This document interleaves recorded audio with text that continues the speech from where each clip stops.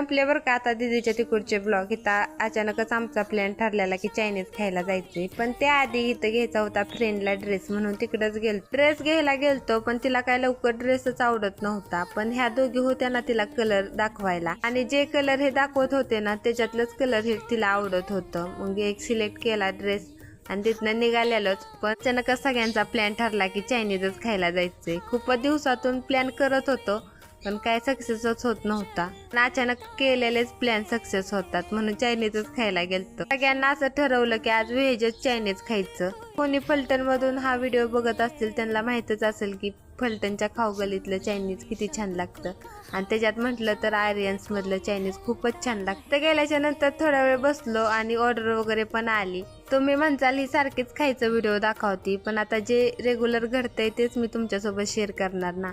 आपण भेटू दुसऱ्या व्हिडिओमध्ये, तोपर्यंत बाय बाय.